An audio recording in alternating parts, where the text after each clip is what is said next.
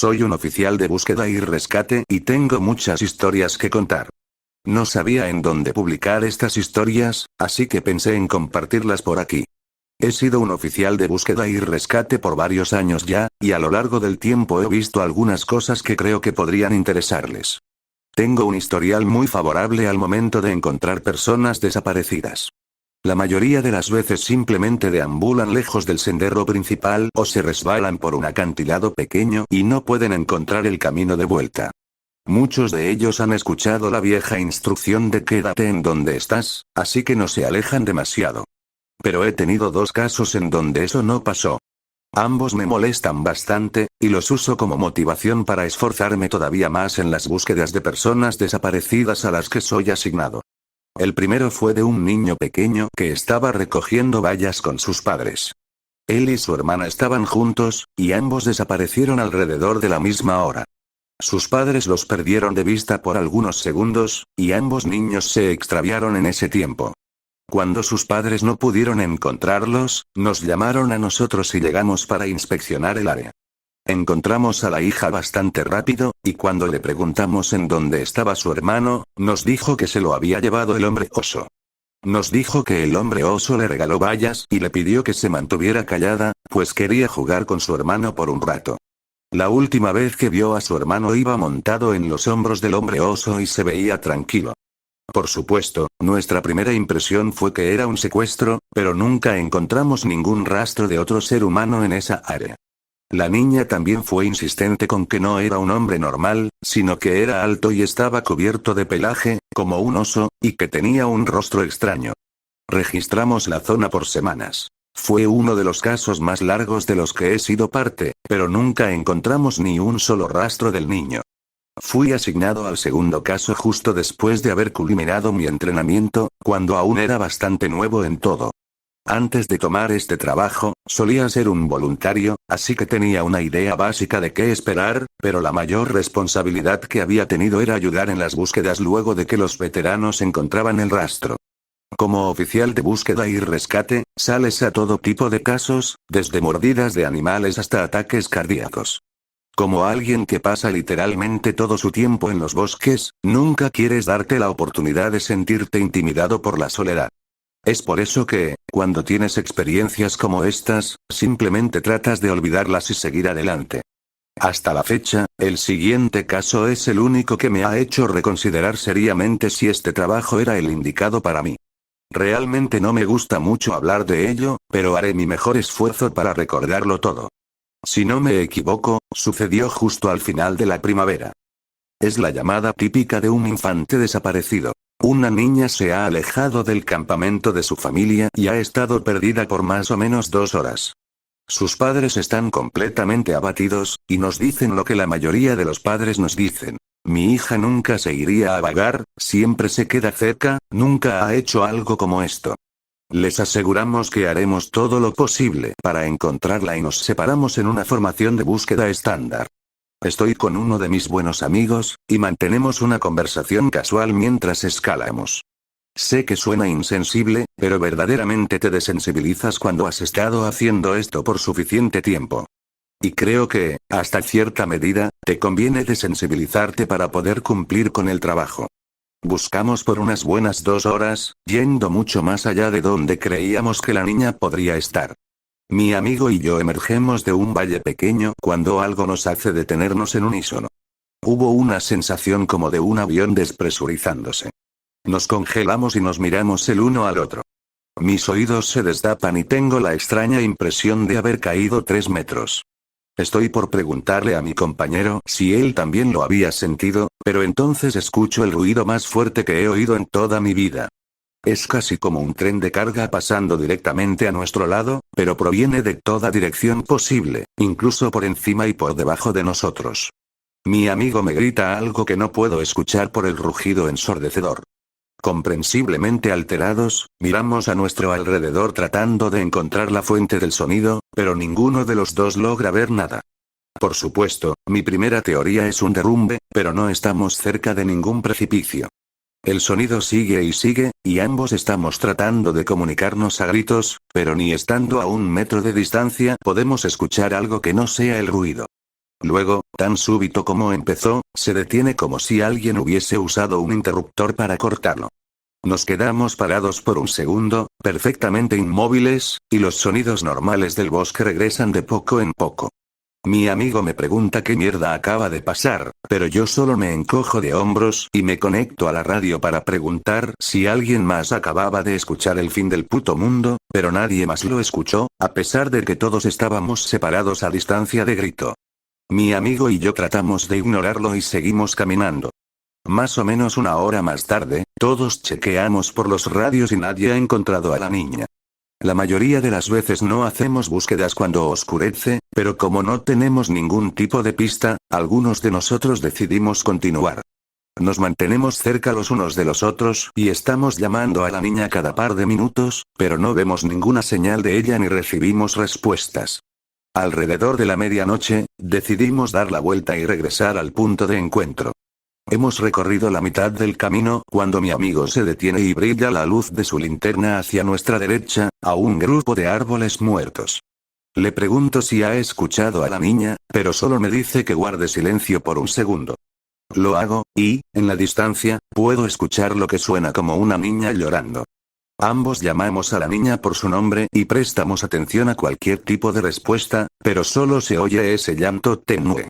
Caminamos hacia los árboles muertos y los rodeamos, llamando a la niña una y otra vez. A medida que nos acercamos al llanto, empiezo a tener un presentimiento extraño en mis entrañas, y le digo a mi amigo que algo no está bien.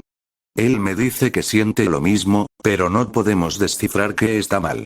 Nos detenemos y gritamos el nombre de la niña de nuevo. Y, al mismo tiempo, ambos lo comprendemos. El llanto es un bucle. Es el mismo sollozo abrupto, seguido por un lamento y un hipo leve, repitiéndose una y otra vez. Es exactamente lo mismo cada vez. Sin decir otra palabra, salimos corriendo.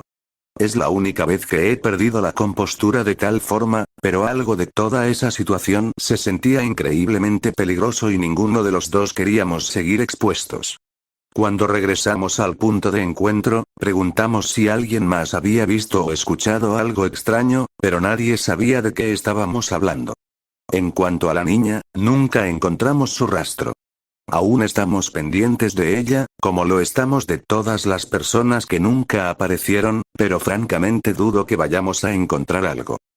Desde entonces, he tenido la oportunidad de realizar muchas búsquedas con la ayuda de caninos, y a veces se da el caso de que han tratado de guiarnos hasta la cima de acantilados.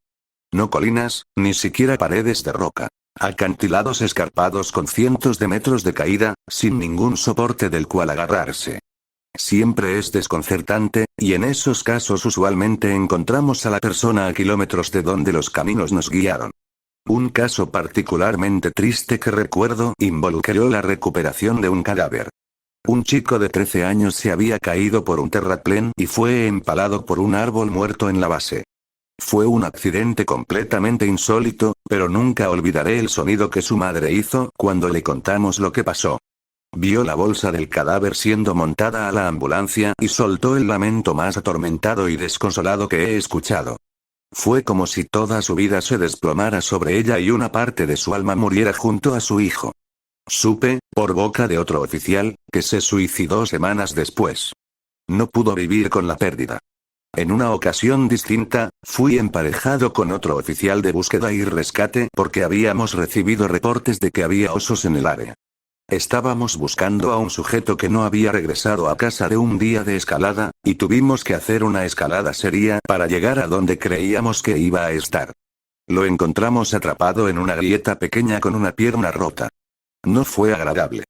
Había estado ahí por casi 2 días y su pierna estaba muy evidentemente infectada. Pudimos subirlo a un helicóptero, y escuché de parte de uno de los paramédicos que el sujeto estaba absolutamente inconsolable. No paraba de hablar sobre cómo le había ido bien hasta que llegó a la cima y se encontró con un hombre. Dijo que no tenía equipo de escalada y vestía con una parca y pantalones de esquí. Se acercó al hombre, pero cuando éste se dio la vuelta, vio que no tenía rostro. Que simplemente estaba vacío.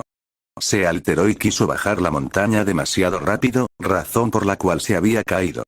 Dijo que pudo escuchar al hombre toda la noche bajando de la montaña y profiriendo unos gritos ahogados terribles. Esa historia me sacó tremendo susto y agradezco no haber estado ahí para escucharla. La última historia que les contaré es probablemente la más rara que tengo. Ahora bien, no sé si esto es cierto para todas las unidades de búsqueda y rescate, pero en la mía es una situación cotidiana con la que nos topamos. Uno de mis primeros trabajos como aprendiz fue la operación de búsqueda de un niño de 6 años que se había separado de su madre. Fue uno de esos casos en donde sabíamos que íbamos a encontrarlo, porque los perros estaban siguiendo un aroma fuerte y veíamos señales claras de que había estado en el área. Terminamos encontrándolo por un sembradío de vallas a 1 kilómetro de donde había sido visto por última vez. El niño ni siquiera se había dado cuenta de que deambuló tan lejos. Uno de los veteranos lo llevó de vuelta, por lo cual estuve agradecido, porque realmente no soy bueno con los niños y se me hace difícil hablar con ellos y hacerles compañía. Mientras mi entrenadora y yo estamos regresando, ella decide llevarme por un desvío para mostrarme uno de los lugares críticos en donde se tendía a encontrar muchas personas desaparecidas. Se trataba de una concavidad natural en el terreno cerca de un sendero popular. Llegamos más o menos después de 1 hora. Mientras estamos caminando por el área, y ella está señalando los lugares en donde había encontrado personas en el pasado, veo algo en la distancia. Ahora bien, el área en la que nos encontramos solo está a unos 13 kilómetros del área principal del parque. Sin embargo, son tierras protegidas por el Estado, lo cual significa que no debe existir ningún tipo de construcciones comerciales o residenciales. Lo más que se puede avistar es una torre contra incendios o un refugio improvisado que los vagabundos creen que pueden construir a escondidas. Desde donde estaba parado, sabía que fuera lo que estaba viendo, tenía bordes rectos, y si hay una cosa que aprendes rápido es que la naturaleza rara vez crea líneas rectas. Intrigado, se lo señalo a mi entrenadora, pero no contesta nada.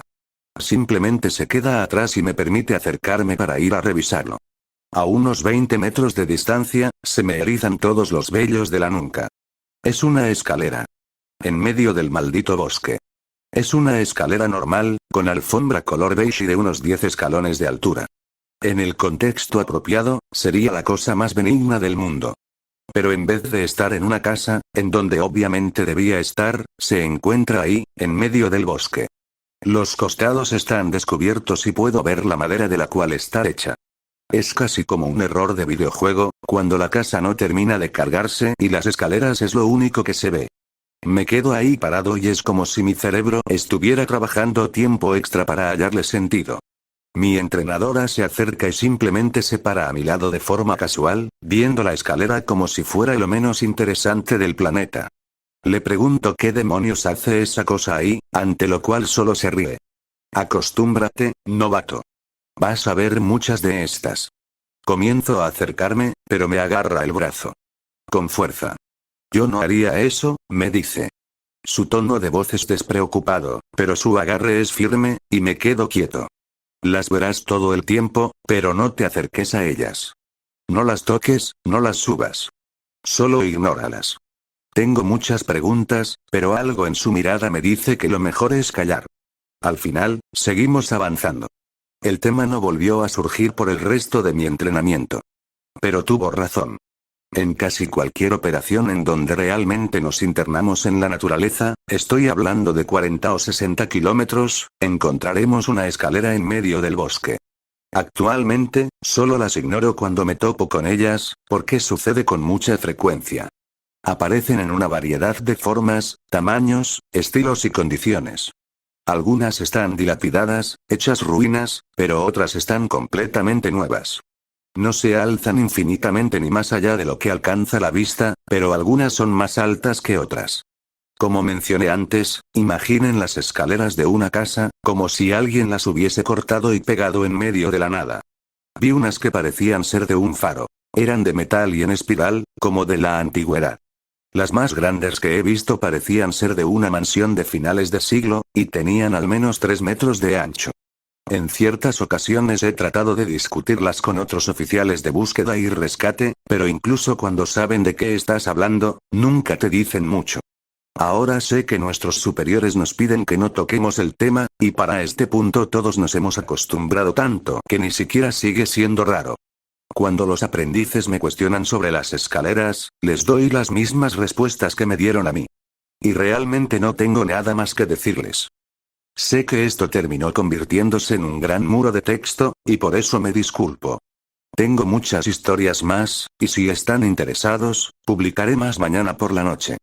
Si alguien tiene teorías sobre las escaleras, o si también las han visto, háganmelo saber. Quería llegar a las historias que mi amigo me ha contado, pues tiene unas muy buenas, así que las incluiré en la publicación de mañana.